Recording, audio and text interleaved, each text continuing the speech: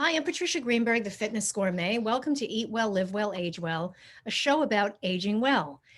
And I love to have people on to talk to us about all the different things we encounter as we age at young old age, medium old age, and older old age, and things we can do to make our lives better before we get there. Aging and cancer. Okay, we want to talk about the risks, the myths, and the facts. It is one of the most dreaded words in any language, and there are so many forms of cancer and myths surrounding it. I decided to bring someone in to answer your questions.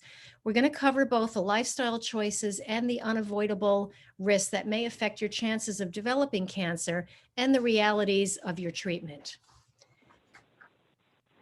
We want to make sure that if you're diagnosed with cancer, you have the best chance of survival, and you play a very large role in that. Contrary to what people think, well, the doctor's going to get me better, or the doctor doesn't know what he's doing, or whatever your position is, you have to take full responsibility as well. So it's a partnership. And I've learned that in many, many ways of life, that everything we encounter is a partnership. You play a role, and the people helping you play a role. The more you know, the better you're equipped going forward. So let's try to get ourselves as well informed as possible. My guest today is Jeremy Lorber. He's a physician specializing in hematology and oncology in Los Angeles. Welcome, Jeremy. So happy to have you here today. Thank you very much for having me. So let's talk about the first elementary question. What is cancer? A lot of people don't know the actual definition. So cancer is the most simplest way to understand it is when some part of your body, some organ grows uncontrollably. So for example, our fingernails, they grow in a normal way. We don't consider cancer, even though it's something that's growing. It grows, but at a normal rate and where it's supposed to be growing. Cancer, on the other hand, is an organ or parts of an organ that start growing when it shouldn't be growing and don't stop growing. And the other feature of cancer is that it can spread to other parts of the body outside of the original location. So what causes cancer? The simple answer, and then there's a lot of questions that go after, well, why does that happen? But in the first place, it's a change in the DNA of your cell. So our entire body is made up of cells, and the cells divide, and the DNA, which is the instructions for how the cell is to behave, sometimes there are errors when that is being copied when the cells divide. And many of those errors may be inconsequential, but some of them, or if we have too many errors, can give the cell incorrect instructions on how often to copy itself and how fast to grow. So it's these mutations that cause cancer. And then why do these mutations occur is a whole nother question. And that's, there's a lot of reasons for that. And some of it's just bad luck. Yeah, I was going to say some of it, we're going to get into that about lifestyle versus things just happen. So the cancer is a cell gone awry that's mutated. And you say it's something that's growing that's not supposed to be. So is one of the characteristics of it that it just grows uncontrollably or grows in an area that it's not supposed to, and it's fed? I mean, it's a baffling thing to hear that something's just growing in an area of your body where it's not supposed to be growing. Right, and it's a scary concept, and that's partly why cancer is scary. I mean, there are other bad diseases besides cancer, but cancer has this sort of idea of some kind of monster inside of you growing, sort of gives itself some kind of life, metaphor. But yes, it's where your body is not recognized it as something foreign. You have this thing growing. And it's using your normal body resources to grow, and it can cause problems if it grows too large or in places where it's not supposed to be.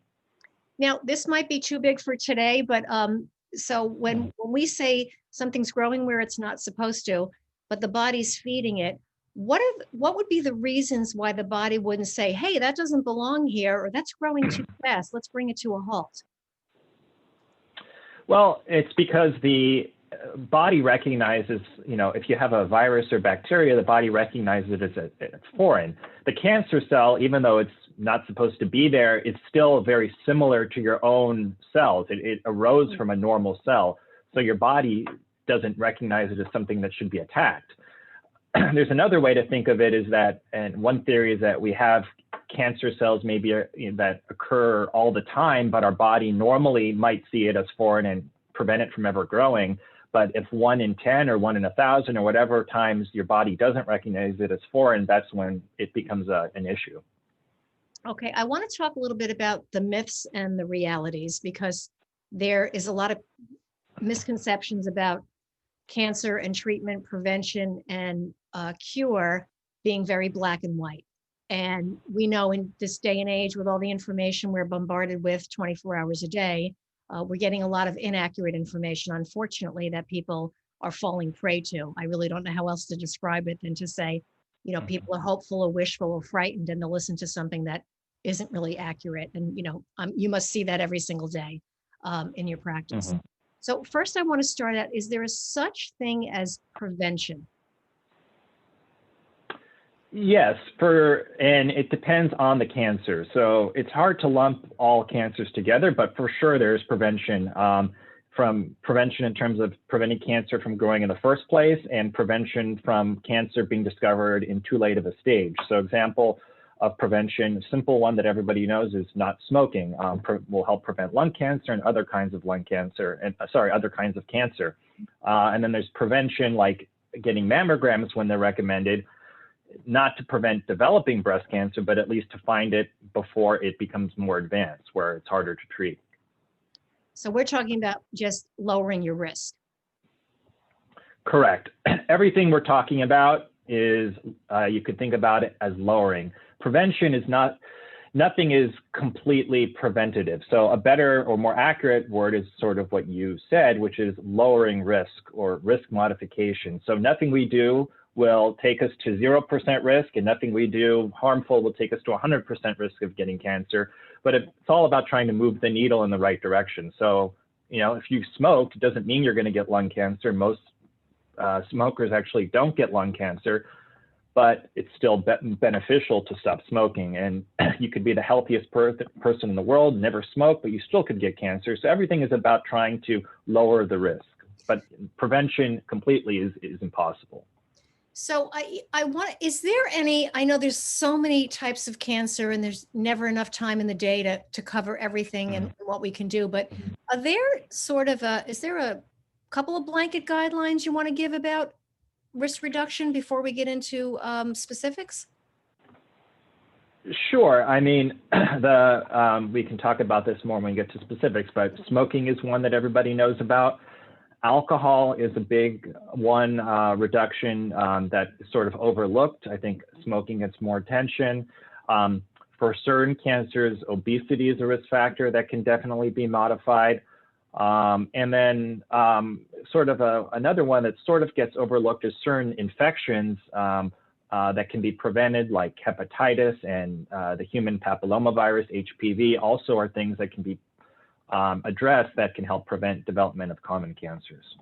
So in this day and age, we're talking about vaccinations, you know, because of COVID-19 and just the rise in everything and looking for ways to prevent it. So for example, someone has chickenpox as a child and ends up getting shingles later in life. So there's a shingles vaccine. So would something like that increase or decrease your risk of cancer? Do those types of viruses that linger in the body turn into cancers later? The COVID, we don't know, probably not, but we don't know, it's too early. Same with, you know, the chickenpox and shingles probably don't cause cancer, but other viruses that kind of can linger, like the HPV virus, actually do cause cancer. They raise the risk most prominently for things like cervical cancer, and cancers of the head and neck can be caused by that virus that may not cause a problem for many decades. You don't necessarily know you have it, but then we know these cancers, the risk is raised when somebody has that. And there's now a vaccine that's been approved for a number of years in children that prevent the development of the high-risk HPV cancer-causing virus.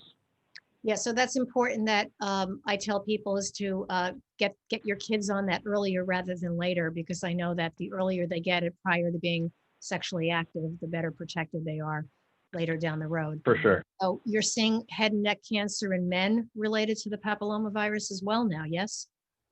Yeah, so I mean, head and neck cancer used to be considered a cancer of people who smoked and drank a lot of alcohol, and now when we're seeing less smoking, it's more commonly seen in HPV related cancers. And I think Michael Douglas was a famous recent example of somebody with that type of cancer, HPV related, and it is very common. You had mentioned alcohol, and I want to stop there for a second and talk about that. Now, tell me about the pros and cons of alcohol and its relationship to cancer. So I think alcohol is, there's one myth around cancer. What causes cancer? It's that alcohol is overlooked. So, people kind of have this idea, yeah, alcohol is maybe not so good for my liver if I have too much. But it's not thought to be in the same category as cigarettes. People know cigarettes are bad for you, but they don't think, hey, alcohol may raise my risk of cancer. But alcohol for a long time has actually been known to be a carcinogen, which is a product or some substance that raises the risk of cancer. And it's a lot of patients don't realize this, and there's a lot of cancers, not just liver cancer, but cancer of the head and neck, breast cancer, colon cancer. There's evidence that alcohol raises the risk. And there are guidelines, and they've actually been a little bit tightened recently, where previously it was women could have up to 1 serving a day, men recommended up to 2. And now in the last year, there's recommendation that even men should limit average alcohol intake to 1 serving. And what a serving is, a lot of people don't know, but it's 12 ounces of beer, 5 ounces of wine, or if it's a hard liquor, 1.5 ounces. So they're really, after 1 drink a day, the risk of cancer, several types of cancer, does seem to increase. Now, this doesn't mean you shouldn't have no alcohol, but it should be something on our radar, just like smoking is. That's very, very interesting because, nobody's made that association until very, very recently. Now, I want to ask about that because that is a big source of denial for many people about alcohol's relationship to wellness. So tell me the benefits of alcohol. So, I mean, outside of people enjoying it, there's some evidence that it may improve cardiovascular health, although the evidence isn't that strong, and you don't see cardiologists prescribe, hey, I need you to drink 1, 2, 3, 4 glasses of wine a day. But there is some evidence maybe that it is helpful for cardiovascular health, but weak evidence. Okay. Outside of that, there aren't really known benefits besides it being, enjoyed. So somebody who might have a multitude of problems, you're going to recommend that they don't have alcohol at all if there's. I would say I would tell them to limit it to 1 drink or less per day on average. Ideally, less than daily. Right. So 3 times a week would be a reasonable request of a patient? Yeah. We all enjoy our glass of wine or a glass of beer or, something that kind of gets us out of our head for the evening. So I know it's a tough one to get people to give up completely. Let me also now switch over because we're going to ask a little more details about that. But what about someone's level of fitness? So fitness plays into cancer in a few ways. So one is, if you have cancer, it is very beneficial to be fit. And that when I'm looking at a patient with a new diagnosis of cancer, one of the things I assess is how fit they are, because that helps me choose what kind of treatment I think they'd be able to tolerate. If you have somebody who's obese or very frail, you're as an oncologist, you're a little hesitant to put them on maybe the best or most aggressive treatment because that treatment may not be something they can handle. Different treatments are higher risk in patients who are obese. In terms of developing cancer in the first place, obesity is a known risk factor for certain cancers. One is, for example, cancer of the uterus, esophagus, stomach.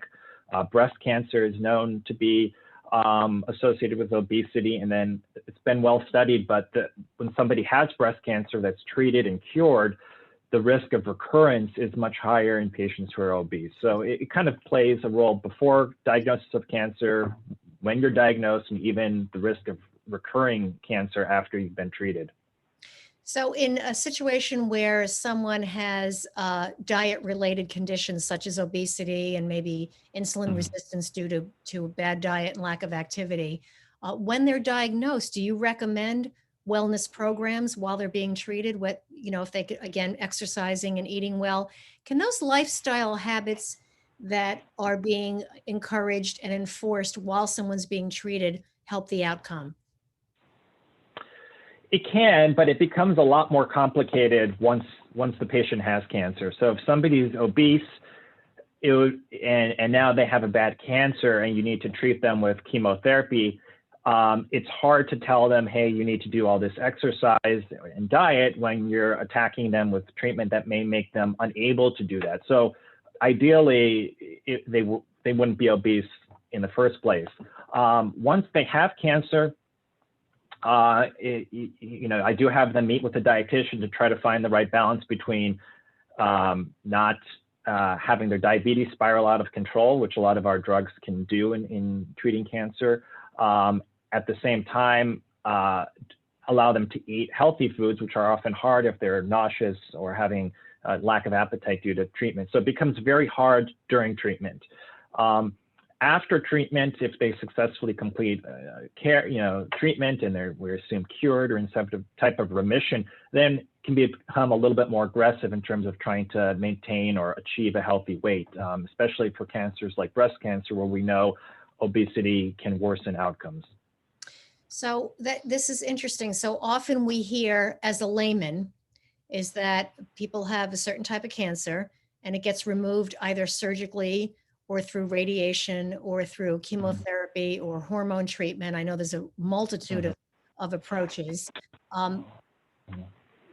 When we hear about these stray cancer cells, what does that mean? If somebody has a tumor removed or an area of their body is radiated and or have chemotherapy, what is the approach to prevent that cancer from returning or spreading? So when we diagnose somebody with cancer, we do different tests, and it depends on the cancer, but different tests to determine the stage. And if a cancer is stage 4, that basically means we already know the cancer is spread. It's not a question, and it's a matter of just trying to control the cancer in most cases, but we're not going to get rid of all of it. Okay. The question you're asking is, what do we do in a cancer that's stage 1, 2, or 3, which basically means that the cancer is in one part of the body, or what we call localized. So it might just be in the breast. It might just be in the breast and the lymph node right near the breast and the armpit, and that's still localized. So once we know that or do tests to determine that we don't think the cancer is anywhere else, then it's a matter of treatment. And the treatment is meant to do 2 things. One is to prevent or get rid of the cancer where we know it is, in the breast and in the lymph nodes near the breast, using breast cancer as an example.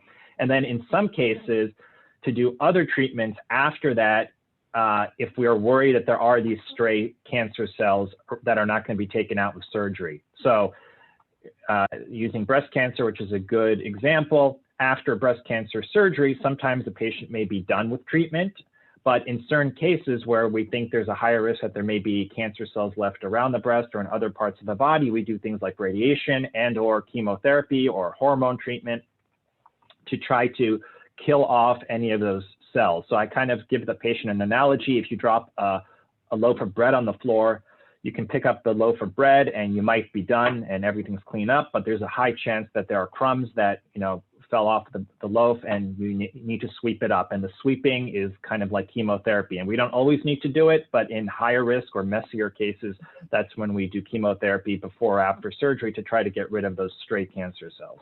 Yeah, so one thing, Jeremy, I want to convey to our audience is that there's approaches and there's hope, and there's many ways to approach this and attack it and be successful, because the success rate is climbing, of all types of treatments.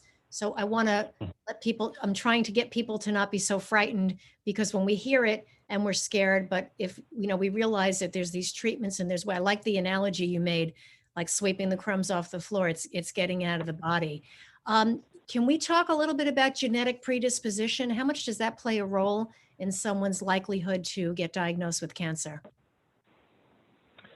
So it can play a role. Certain cancers, it's more than others. And most of the time, I would say most cancers you see are not due to, oh, your mother or father had X cancer, that's why you have it. But, you know, if your parents or siblings had cancer at an earlier age or something that's a little bit unusual, that does change the risk of you having cancer. So if your mom died of breast cancer at age 90, probably doesn't matter. If your mom had or died of breast cancer when she was 40, then that is something that needs to be looked at from a genetic perspective, both, you know, in terms of talking about it with the patient, referring them to a genetic counselor for possible testing of inherited genes. So taking a family history is important because it can play a role, but not in every case. And do you encourage people now to get screenings younger with a family member having a particular type of cancer at a young age? Yeah, so there are certain guidelines. So if for example, your father had colon cancer when he was 45, you would not start colon cancer screening in the patient at the normal recommended age, which now is somewhere between 40 or 45, but you would do it a little bit younger and start screening them at age 40, for example. So you do screening earlier. Same with breast cancer. Ideally, you try to also, if the family member, if their father had cancer in an early age, that's unusual, ideally have them genetically tested if they're still alive to see if they carried some unusual gene that would tell us more information. So then we look at, for example, reproductive organ cancers. So there seems to be, and again, this is just my layman's take on it, that women who have had uterine cancer or ovarian cancer or cervical cancer, the recommendation is have the daughters check younger now. Yes, is that kind of a... Yeah. I mean, and for ovarian cancer, actually, what was that? Sorry. I was going to say, or is it based on the age of diagnosis of the parent? Both. So, you know, if your parent had uterine cancer when they're elderly, it probably doesn't matter. But if for anybody who has ovarian cancer, any patient who has ovarian cancer, whether they're young or old, the recommendation is to test them for certain genes that can be inherited, like BRCA, BRCA, that predispose them. So that's ovarian is a stronger genetic predisposition type cancer than some other cancers. So for ovarian, if you have a patient with ovarian cancer, you want them genetically tested. And if they have any genes that are high risk, then you have family members counseled genetically and likely tested as well. Now, would that be the same for prostate cancer? Let's say someone has prostate cancer, should the sons be checked regardless of the age? No, not regardless of the age. Prostate cancer is common enough in everybody, regardless of kind of inherited genes, that if, most, or not most, but a lot of older men are going to get prostate cancer, their children don't need to be screened any earlier than the recommended, unless the patient, their father, for example, had a known genetic mutation that was tested for. So we do test prostate cancer patients for certain genes that predispose them and their family members to prostate cancer. If they have one of those genes, then yes, the family members should be tested. But if they're just a run-of-the-mill prostate cancer, the family members don't need anything different than the average person. So I'm going to ask you the age-old question, is that people go to the doctor for routine exams and, they read somewhere or they're feeling because another member had, like, what's too young to be screened for cancers? I mean, I know that you're saying now that, for example, colon is between 40 and 45. I remember it used to be 50. Ovarian, if someone has, you want to screen the families earlier. So are you skewing younger now in doing the screenings because we know so much more about this, or are they still staying in sort of that middle age range? So breast cancer, I know it's a broad question. 40, yeah. Right. So there's two types of patients. There's the average type risk type of patient, which means they don't have any known genetic mutations that run in the family. They don't have any early cancers in their family. There are guidelines on when they should get it. So for example, breast cancer, they should start getting screened at age 40. Colon cancer, it's now 45. It used to be 50. Mm-hmm. And then for people with a smoking history, there's also a lung cancer screening guideline. For patients who have a family history of early disease, then it depends on what that disease was, what that cancer was, and when it occurred. So for colon cancer, the screening, if you have a family member who got it at a young age, it's generally 10 years to start screening them, the person you're treating 10 years before their family member was diagnosed. Got it. Okay. So if they were diagnosed at 50, then your patient could start screening at 40. Okay. Very, very good to know, because I think it's that. And then, and let's encourage together as a team, people to tell the doctor absolutely everything and try to get the history straight. Yeah. And try to ask family members before they go for the appointment, is there anything that you should be looking for and you should be sharing?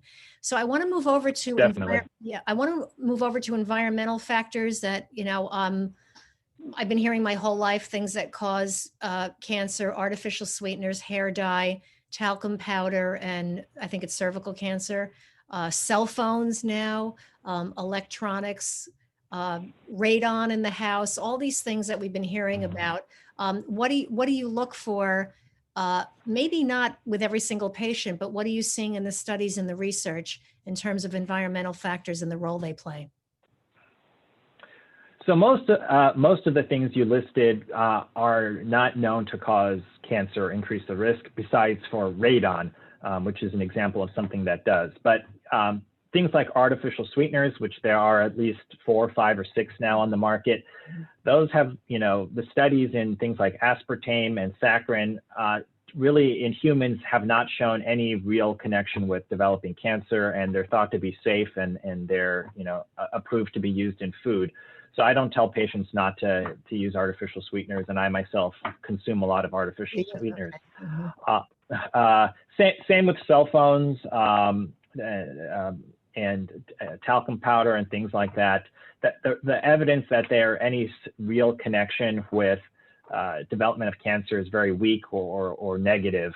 And more focus or energy or anxiety should be focused on things we know can be cancer causing, or that we know can be changed or impacted by a patient's behavior, things like exercise, eating well, not smoking if we are smoking. Radon, you mentioned, is an example of something that is known to cause lung cancer. Radon is an element that occurs in the earth, and certain places in the country or the world have more of this in the earth. Fortunately, where we live here in California, it's not known to be a high radon risk, but certain areas you are supposed to have some kind of surveillance for radon in your house or wherever you're residing. And when we talk about environmental factors, is airing out the house, good ventilation in the house, keeping the windows open, keeping your air conditioning and heating clean. I mean, I would think those all would play a role if these risk factors are like radon. Probably, but I mean, yeah. Well, for radon, yes. I mean, for cancer, I don't think there have been any studies looking to people who keep their house well ventilated have less cancer than those who don't. It's probably just a good idea just for your general lung health, but I don't know if there's been any studies to prove that it helps with cancer. I have one last question about environmental factors and smoking. So many of us, and I take responsibility, we smoked as teenagers and then quit at 20 or 21. So in my case, that was 40 years ago. So I know that when you take a questionnaire, they ask you how many cigarettes did you smoke a day, for how many years, and how long ago. So there is a correlation with how long you're smoking. Obvious, that goes without saying. But someone who's engaged in those behaviors, like excessive alcohol or smoking or drugs even as a teenager, and here we are, 40 years away from it, how much does that play a role in the risk of having these types of environmental behaviors related cancers later in life? Probably very little of the example you're giving if you smoke as a teenager or drink alcohol. Most things, even things that are bad, that we know are bad, like smoking, require many years of doing it to have the risk. So I would not be worried of the example you gave. The guidelines for who should get screened for lung cancer, you need to basically have smoked the equivalent of a pack a day for at least 30 years. Oh, wow. Okay. To be deemed high risk enough to get lung cancer screening. So if you smoked a little bit in your younger years, it probably has no impact. And what I'm gonna, we talked a little bit about fitness, but I wanted to move into that now. So fitness, I don't have to tell anybody it's important to exercise and work out and get your heart and lungs moving. So can you tell us the relationship between the fitness, any kind of fitness, the fitness level, and the risk of cancer, B, how beneficial it is during treatment? So in terms of preventing cancer, it all goes back to things like preventing obesity. So if you're exercising and you're not obese, the risk of developing certain cancers like breast cancer, colon cancer, pancreas cancer are decreased. Okay.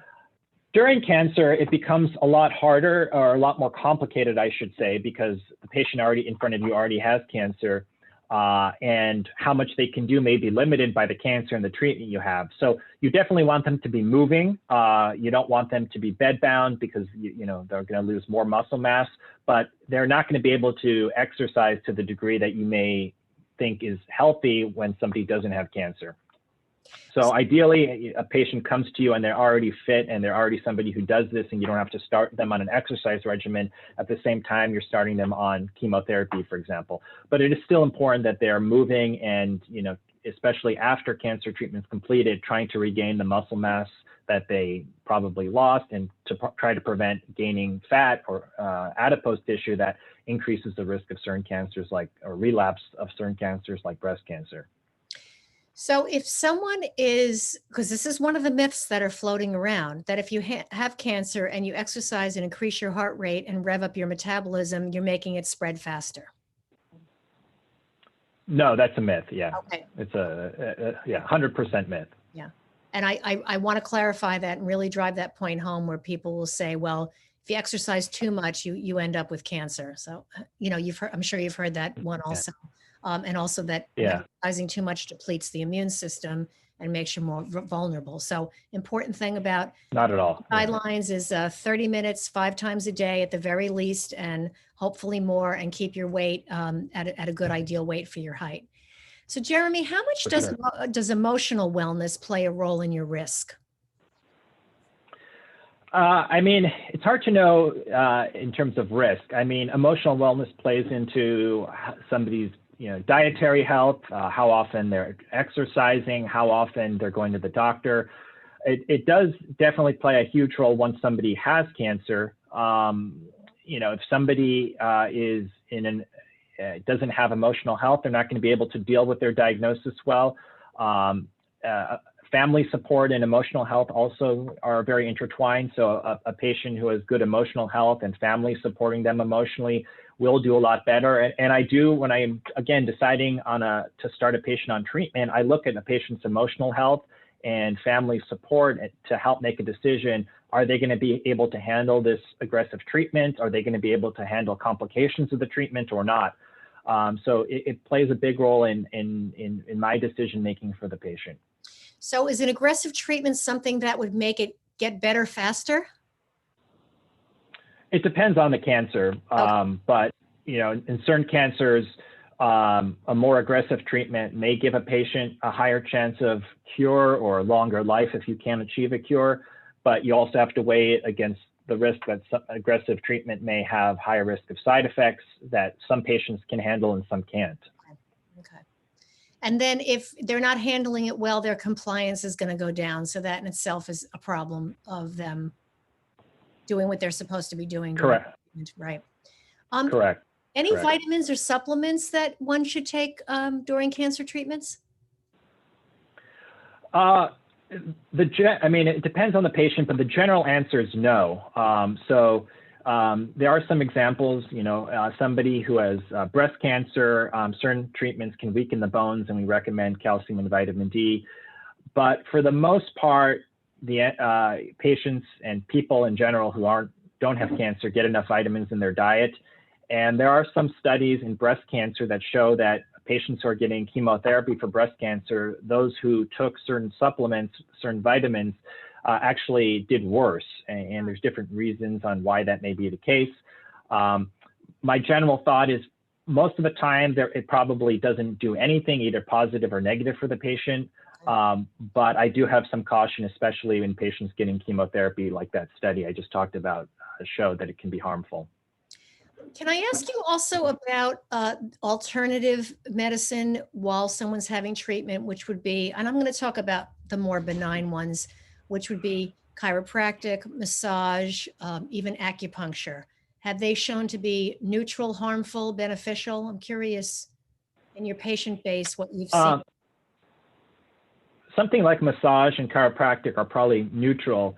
Acupuncture, for most things, it's probably neutral. There has been some evidence that certain side effects of treatment can be assisted with acupuncture. One of them is after treatment for cancer of the head and neck with radiation, acupuncture can relieve some of the side effects of that treatment.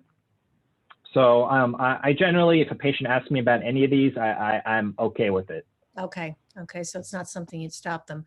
So now in talking about all of these risk factors, improving your level of prevention, how much leeway do you like to give a patient? I just want you to talk a little bit about, ages and stages of what we go through, how you work with somebody on letting them have some pleasure and fun in their life while they're going through such a traumatic time. So I'm a lot looser or a lot stricter depending on the situation. So an example would be the older a patient is, the less strict I am. So if somebody's 80 or 90 for sure, what they eat at that point is not really going to have long-term effects. You're not worried about if they're going to have a problem, 10, 20, 30 years down the line. You're trying to get them to the next year or the next month.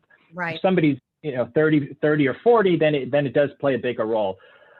Same idea. If somebody has kind of a very advanced cancer where the prognosis is not more than a year or two, you're not going to restrict what they eat. You're going to let them eat pretty much what they want as long as there's not an immediate harm. I'm not going to let them say it's fine to binge on alcohol, but they can have basically whatever foods they want. Versus somebody who has breast cancer and I'm hoping is cured, and I do worry about recurrence 5 or 10 years down the line, and I do worry about what they eat now may play a role. So it really depends on the patient. Okay. So bottom line is listen to your doctor, get regular checkups, know your family history, and get help sooner rather than later on all this. Any closing thoughts, Jeremy, that you want to share with us? No, just want to reemphasize the idea that, everything is about moving the needle. Nobody should have too much anxiety over one thing or lose hope completely. As much as you can do is beneficial. Yeah. And take care of yourself. This is the bottom line. Jeremy, thank you so much for joining us here today. It was very, very informative, and I hope to have you back at a future date. Thank you very much. I enjoyed it. Okay. Have a great day. Thank you.